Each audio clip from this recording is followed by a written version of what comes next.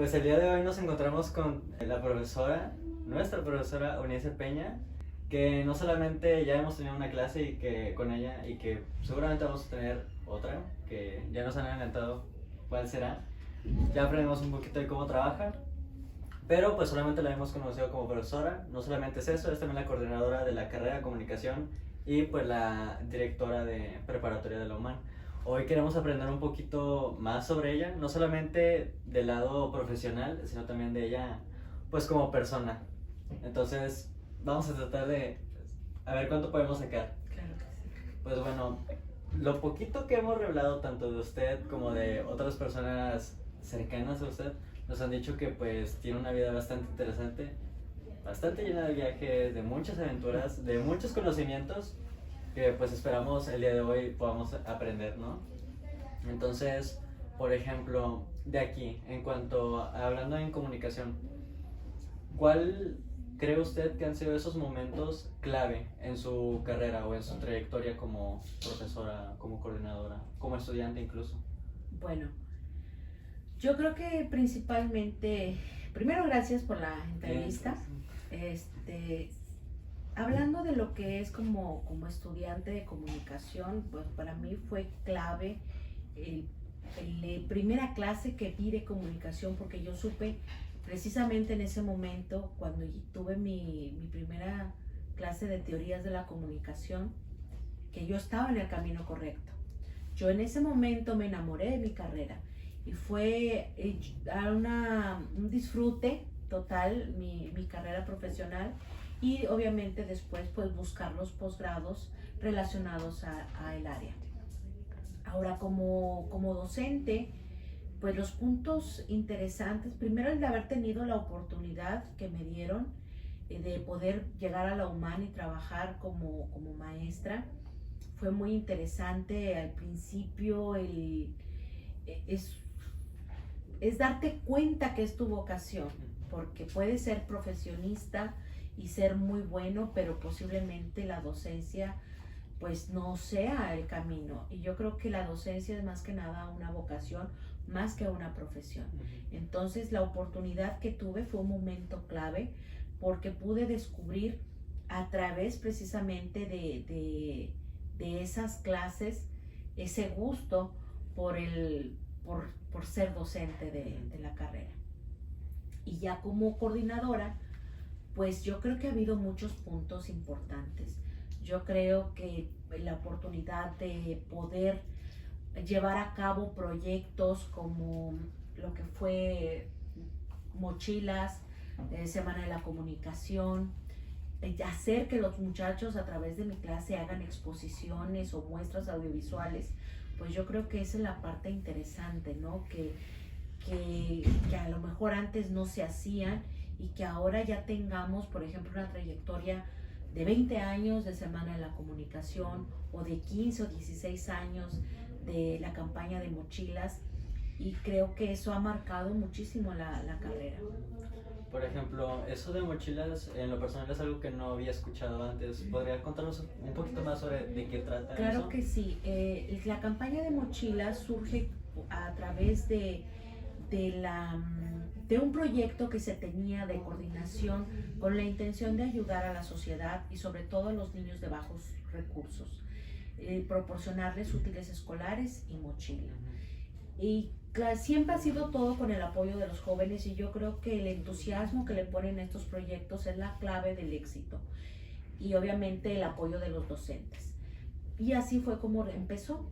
Primero tuvimos unas 2 escuelas que estuvimos apoyando, fue la primera ocasión, y pues se juntaron muchísimas mochilas y tuvimos la oportunidad de ir a entregarlas a estas escuelas. También esta práctica de relaciones públicas, donde los alumnos tienen que acercarse, empezar a hacer el primer contacto, buscar patrocinadores. Exacto, entonces esto es algo que con los demás. Exacto, y al final es algo que tienes que hacer en tu carrera que estás, te ¿no? enriquece al final del día. Y te da práctica para lo que viene después. Sí, pues al final del día comunicación, queramos o no, se trata de generar relaciones y conexiones, no solamente dentro de la misma carrera o de la misma profesión, Claro, sino de relacionarnos humanamente con las otras personas. así es, y de manera efectiva, Ujú. o sea, con un resultado positivo. Por supuesto. Ujú. Bueno, entonces, por ejemplo, junto con todo esto, pues usted nos comentó que pues tuvo esa oportunidad de llegar a coordinación Ujú. y docencia. ¿Cómo surgió eso? Porque como usted dice, o sea, no a cualquiera como que se le ofrece o se le pone en el camino la oportunidad de ser un docente o de incluso subir a ser coordinador de la Ujú. carrera.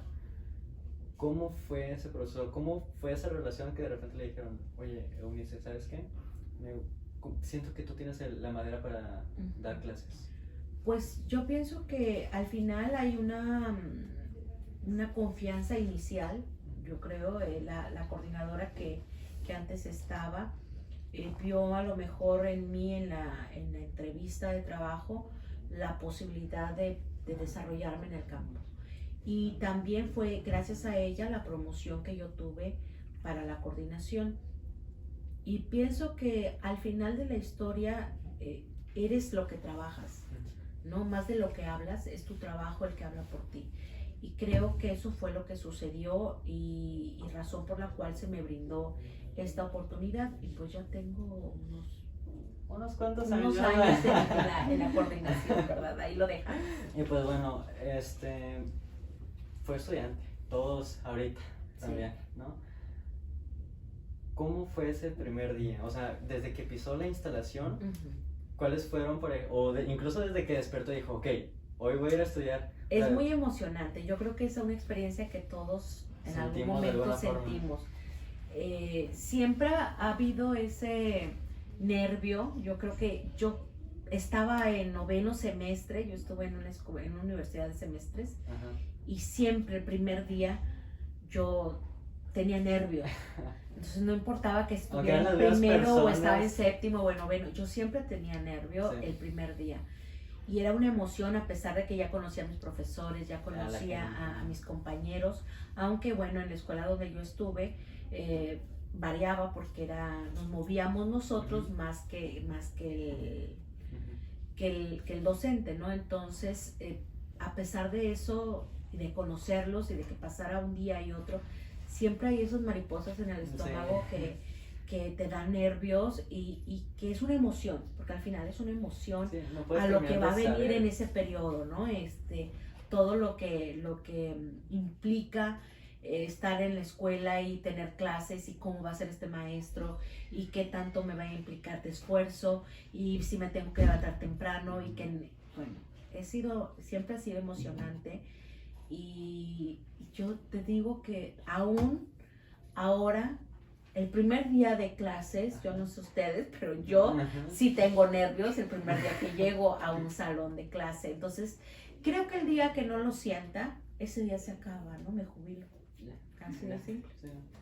Yo en lo personal sí tuve muchos de esos nervios. Yo sentía que me sobaban los pies y las manos, nomás entraba y estaba claro. ay no, y o sea, es normal, ¿no? ¿no? Es normal porque es algo desconocido, ¿no? Que vamos a enfrentarnos al final. Y por ejemplo, es cierto, no hemos hablado un poco sobre eso. Por ejemplo, ¿dónde cursó usted sus estudios de la carrera de la comunicación? Yo cursé la carrera de Ciencias de la Comunicación en el Tecnológico de Monterrey, Campus Monterrey. Y por ejemplo, algunos de los posgrados, porque mencionó que tiene algunos, ¿no? Uh-huh. Tiene varios. ¿Cuáles son esos y dónde los estudió, no? ¿Cómo fue estudiar? La elección, bueno, mira, yo tengo el posgrado en Dirección de Comunicación Empresarial e Institucional. Es muy largo, con la especialidad en Producto, Marca y Servicio. Okay. Ese posgrado, esa maestría la obtuve a través de los estudios en la Universidad Autónoma de Barcelona, en Barcelona, España. Eso corría el año del 98, entonces cuando fui a estudiarlo. Después tengo los estudios de doctorado, que es el doctorado en Comunicación y Publicidad con la acentuación en Relaciones Públicas. Entonces, ¿cómo decidí o por qué? ¿Por qué eso? Bueno, primero porque era la comunicación de servicio o la comunicación organizacional o institucional siempre ha sido un área que me ha llamado la atención y creo al final que me ha servido muchísimo para desempeñar el trabajo que tengo ahora. ¿Por qué ahí? Porque en aquella época México no tenía tanto posgrado en comunicación.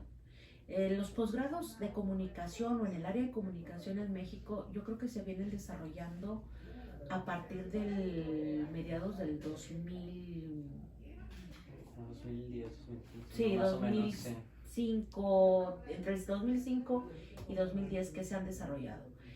Entonces, yo sí tenía la intención, siempre tuve la intención de estudiar un posgrado, de continuar, porque al final siempre el mercado cada vez es más competitivo.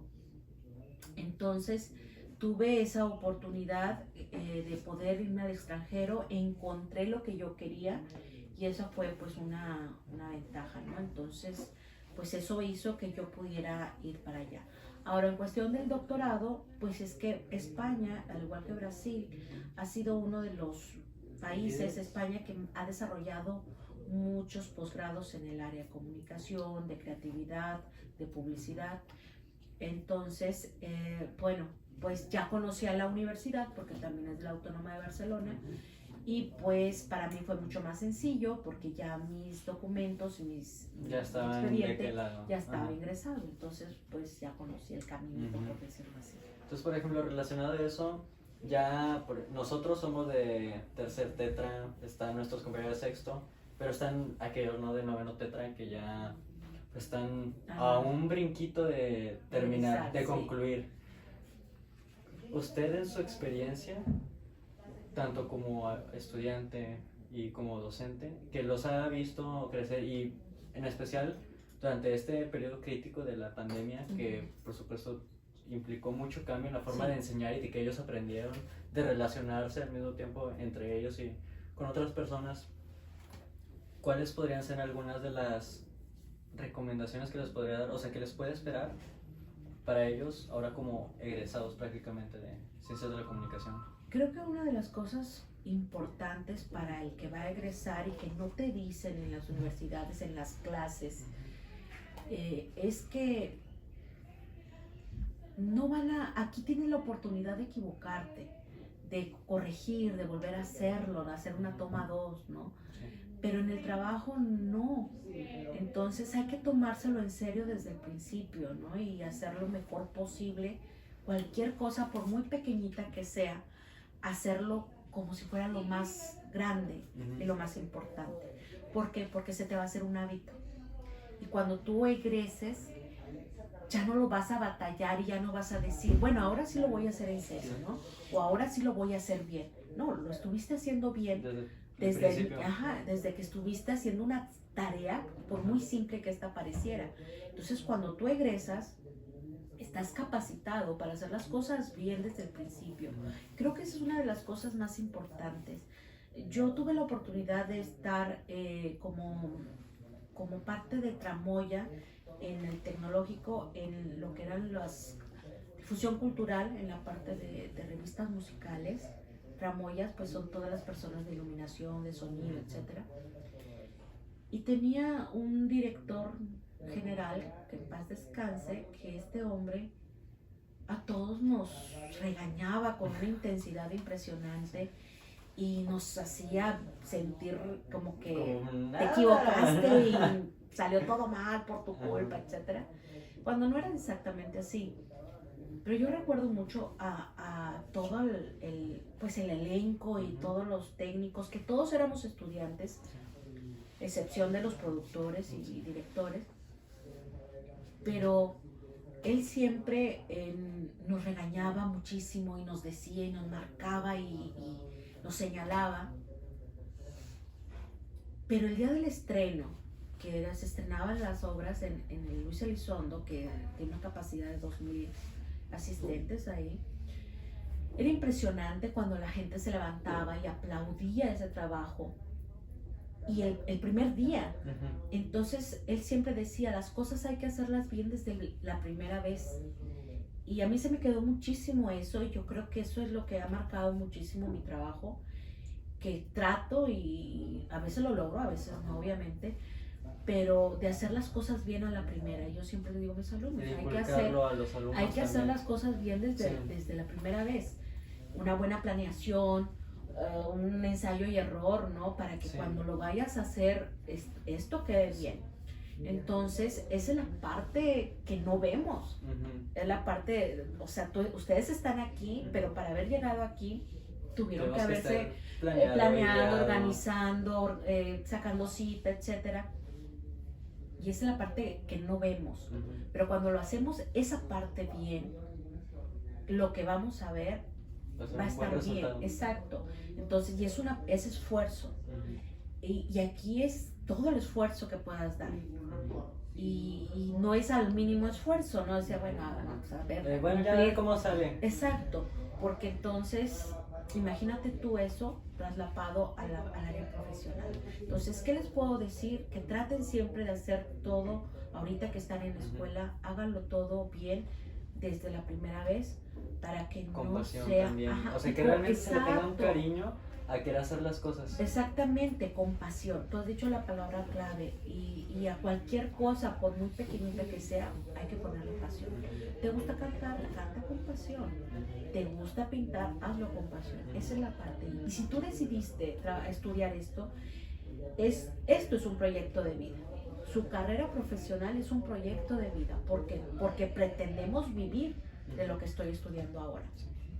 Entonces, hay que ponerle pasión. Hay que echarle ganitas y si tú lo estás estudiando, algo encontraste dentro de la carrera que te llamó la atención. Y es cierto, o sea, lo bueno de comunicación y que nos han dicho todos los profes es que es multidisciplinaria. Entonces, si no te gusta alguna cosita, digamos radio, a lo mejor lo vas a encontrar en otra cosa. Como usted, sabemos que le gusta, por ejemplo, mucho el cine, que de hecho es una de las materias que imparte. La profe nunca la suelta, nunca va a soltar cine. Algún día. Pero ya después. Pero también encontró esa pasión, por ejemplo, en el lado de las relaciones públicas y de la comunicación organizacional, ¿no? Entonces, cuando te metes en comunicación vas a encontrar sí o sí en algún lugar algo que te va a gustar. Entonces, pues se van a poder agarrar de eso, ¿no? Entonces, eso es algo que en lo personal, yo al principio comunicación lo elegí porque a mí me gustó mucho el cine. Y tenía la opción de irme a Monterrey, a la Autónoma de Nuevo León, pero de cierta forma sentí como un miedo, ¿no? Obviamente, pues estaba joven, venía recién salido de la prepa. Es interesante, fíjate, independientemente de lo que uno quiera estudiar, yo creo que cuando sales te vas con muchos miedos, ¿no? O sea, definitivamente. ¿Lo voy a lograr? ¿No lo voy a hacer? Lo voy a hacer, no lo voy a hacer. El primer mes estás despelucado porque te gastaste todo, no sabías cuánto costaban las cosas, te ven la cara, te cobran de más, o sea, es muchas cosas, ¿no? Entonces imagínate en el extranjero, pues con más ganas, ¿no?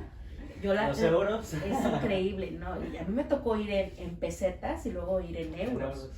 Entonces, cuando fueran pesetas, la primera despelucada que me dieron cuando llegué fue en el aeropuerto. Yo pagué $100 de transporte, de taxi.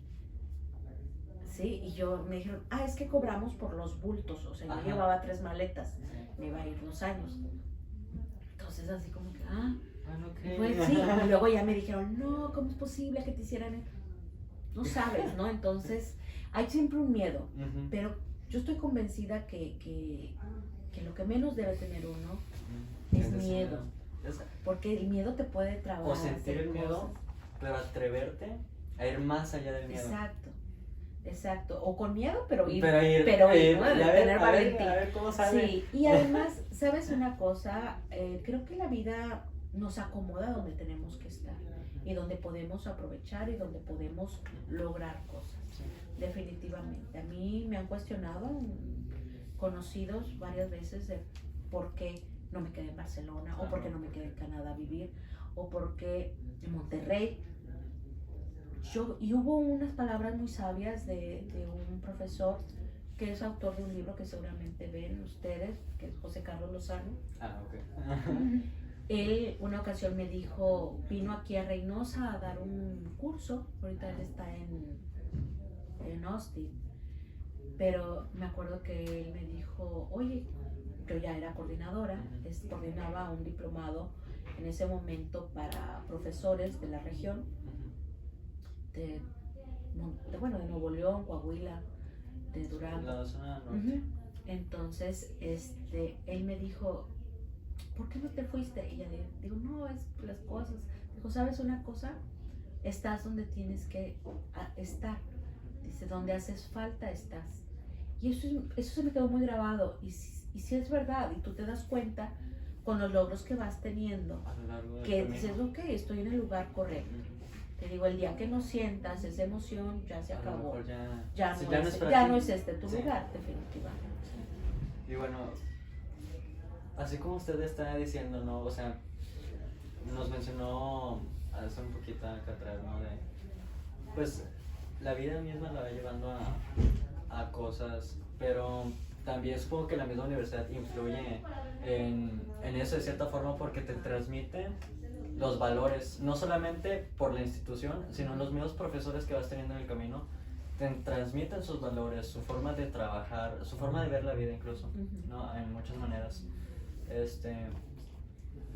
¿Cuáles creen ustedes que han sido esos profesores que la han marcado y que le transmitieron esos valores que la volvieron la persona que es hoy? Bueno, yo tuve una maestra de literatura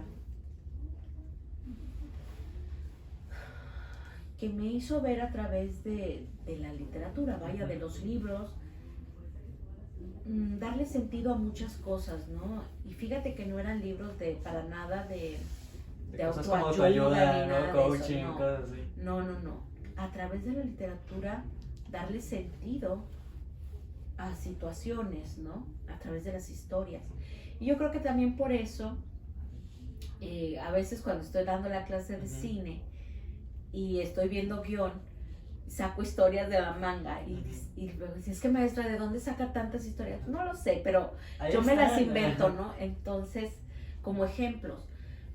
Pero sí ha sido interesante, esa maestra marcó muchísimo. Hubo otro profesor también de literatura que ella decía al hombre, bueno, usted me sigue porque le gusta la mala vida.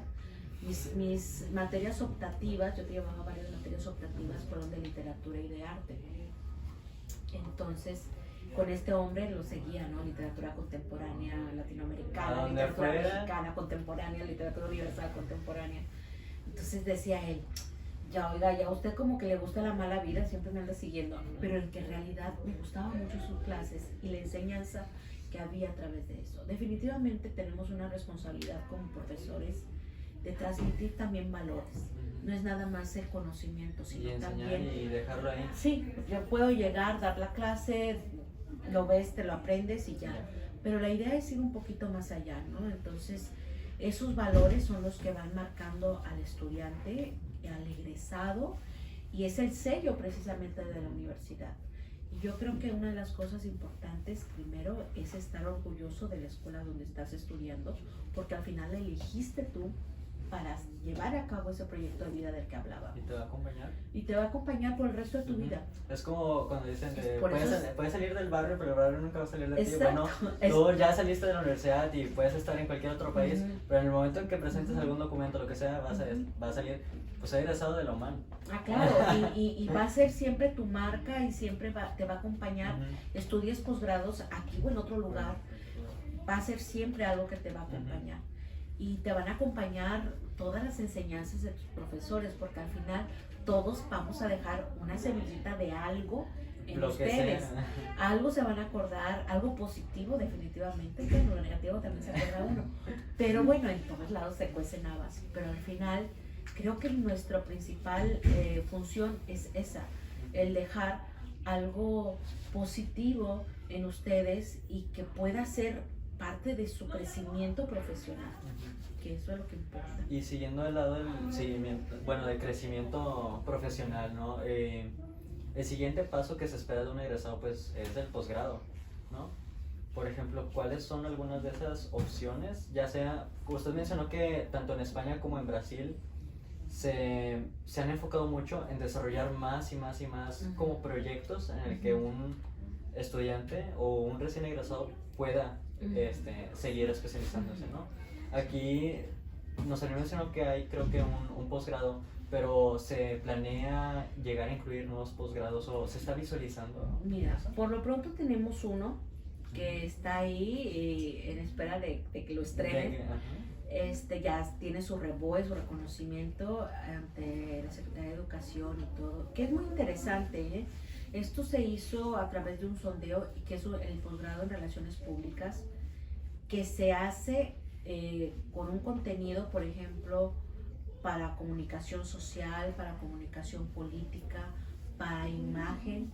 Entonces es un posgrado muy completo que se desarrolló con el apoyo de profesores, de doctores de la Autónoma de Coahuila, de la Autónoma de Nuevo León, con el sector privado también, en Ciudad de México. Entonces fue un reto definitivamente, pero creo que si te interesa el área de la comunicación social o la comunicación política, es cabildeo, se ve cabildeo, se ve los que son las campañas políticas, se ve de todo, ¿no? Entonces es interesante que podamos ya no conformarnos con simplemente una licenciatura, sino siempre buscar un posgrado. Aquí está la maestría en Relaciones Públicas, aquí en la UMAN, pero definitivamente, bueno, se diversifica, ¿no? El gusto, y la intención es que no te quedes nada más con la licenciatura. Lo que quieras hacer, este posgrado u otro, o quieras estudiar un diplomado o una especialidad también, que son mucho más cortas. La cuestión es que puedas seguir logrando algo más y que te dejen para más conocimiento, pero también te haga más competitivo. Sí, que tengas un factor diferenciador del resto. Así es. Por ejemplo, supongamos que ahorita se tienen todos los recursos, porque obviamente no es como que puedes decir de, bueno, quiero esto y ya lo pones. Supongamos que cuente con todos los recursos necesarios. ¿Cuál personalmente sería algún posgrado o especialidad o diplomado que le gustaría que se incluyera para el área de comunicación de la UMAN? Posiblemente, bueno, es que no es nada más ese recurso, es el trabajar que implica hacer un posgrado, ¿eh? Porque es un trabajar, tienes que empezar por mapeos, tienes que empezar por investigación, tienes que ver todos los planes de desarrollo municipales, estatales, federales, o sea, es la redacción. Porque como usted dice, pero es competitivo. Sí, ¿qué me gustaría? A lo mejor poder incluir algo que estuviera relacionado con la tecnología. Si hubiera muchísimo recurso para todo, tanto para crearlo como para mantenerlo y llevarlo a cabo, pues sería algo relacionado a la comunicación y el desarrollo de las nuevas tecnologías. Sí, me gustaría que fuera algo así. Podríamos pensarlo a lo mejor a largo plazo, pero sí sería algo que pudiéramos fijar. Claro, todo va a depender del cómo se sigue desarrollando gusto. Sí, porque al final no puedes abrir un posgrado nada más así. No, solo porque te gustan. Entonces se abren conforme a resultados, ¿no? De investigación. El interés de las nuevas personas por querer, pues, adentrarse a eso. Sí, pero te voy a decir una cosa también. La parte digital, que por ejemplo tu carrera, que es comunicación y gestión digital de medios, viene del resultado de ir avanzando. Eso, sí, avanzando y de acuerdo a lo solicitado por los mercados. Que nosotros al final tenemos que pensar que ustedes van a egresar y van a entrar a un campo que está solicitando al egresado con ciertas características. Entonces hay una carga en su plan de estudios, pues relacionada a la parte digital, ¿no? Que sigue, o sea, cómo tienes que comunicar en radio digital, cómo tienes que escribir para el periodismo digital, cómo tienes que gestionar las redes, etcétera, ¿no? Todo esto que viene nuevo. Pero definitivamente esto, y te voy a decir, esto es bien interesante porque el posgrado que tenemos nosotros actualmente, que es en relaciones públicas, todo lo que tú puedas aprender en tu carrera es aplicable, o sea, no pasa de moda. Y si hacemos un posgrado en tecnología, y ahorita te digo, radio digital, pues al rato no sé qué radio vaya a haber. Entonces, ahí sí va a pasar de moda. Y las relaciones públicas no pasan de moda. ¿Por qué? Porque yo te voy a decir, tienes que hacer una campaña publicitaria. Utiliza lo que tú ya sabes. Y vas a utilizar entonces, a lo mejor ya no la televisión, ya no la radio, etcétera. Vas a utilizar a lo mejor redes sociales, es la herramienta. Pero la estrategia es la misma. Exacto. Entonces, este posgrado te digo, es muy completo porque no pasa de moda. Las herramientas tú las vas a tener, las más nuevas, pero lo que yo te voy a pedir y lo que te van a pedir en el futuro va a ser lo mismo, no va a cambiar. Eso es lo interesante en todo esto. En este posgrado, ¿no? Y que se buscó precisamente que fuera temporal. ¿Temporal? O sea, que no tuviera tiempo. O sea, que no importara si lo estudias ahorita o lo vas a estudiar dentro de 4 años. Sí, exacto. Sí, al final del día puede pasar el tiempo que quiera pasar, políticos siempre va a haber, campañas siempre se van a ocupar, ya sea para igual un político o como usted dice para publicidad, porque siempre seguimos siendo seres humanos, ¿no? No vamos a cambiar de eso. Y siempre, aunque pase el tiempo y haya nuevas tecnologías, igual también de cierta forma el comunicólogo tiene esa facilidad, o al menos eso pienso yo, que tiene esa facilidad para ir fluyendo con el pasar del tiempo. No tiende a estancarse. Exacto. Y la tecnología y los avances te van pidiendo esa transformación. Y siento que es un valor propio de la carrera de comunicación que no muchas carreras tienen. Muchas carreras son más como cuadradas, ¿no? Y que te dicen, todos van a trabajar así y así se van a quedar las cosas, y ni modo, si no les gusta, pues que vayan y contraten a alguien más o que vayan con alguien más. Y comunicación tiene esa facilidad de fluidez con el mundo. Exacto. El hecho de que sea interdisciplinaria te permite precisamente desarrollarte en diferentes disciplinas, apoyándote precisamente de los conocimientos que obtuviste. Dices, bueno, a lo mejor ahorita estoy en comunicación organizacional, pero saco fotografías muy padres y las edito y te puedo hacer un video, ¿no? Y entonces tienes como que esa facilidad y puedes vender todo junto también, hacer consultorías en el futuro, o sea, eso es interesante. Bueno, pues ahora sí saliendo como que un poquito del lado más como que estructurado, ¿no? De lo habitual. Por ejemplo, sabemos que el arte es algo muy importante. Pues bueno, ya creo que con esto terminamos. Fue un gusto que nos pueda hacer un poquito de su tiempo. Sabemos que es una persona bastante ocupada. Ay, no. Para mí fue una entrevista muy grata porque nunca nadie me había hecho este tipo de preguntas. Agradezco la entrevista y me la pasé muy bien. ¿Qué les puedo decir? Yo creo que están ustedes en la etapa indicada para echar toda la creatividad que tengan hacia afuera. Demuestren todo, por muy mínimo. He tenido alumnos que en una exposición de cine de géneros subieron una bañera. O sea, me dijeron, maestra, Blanquita me puede prestar una bañera. Me hace la carta y le hice una carta y yo, pues, ¿qué va a hacer? En el 4º piso hizo que los de la Blanquita, le subiera una bañera al auditorio del 4º piso y que la bajara cuando la desocupó para dar su exposición sobre thriller psicológico. Entonces quería imitar la bañera de Psicosis. De Hitchcock, me imagino. Entonces, ¿qué les puedo decir? Pues que está en ustedes. ¿Qué tan creativo quieres ser? Está en ti. Y yo creo que es un reto que ustedes siempre se tienen que hacer, ¿no? ¿Qué tanto puedo yo dar? Y darlo todo. Ese es mi consejo.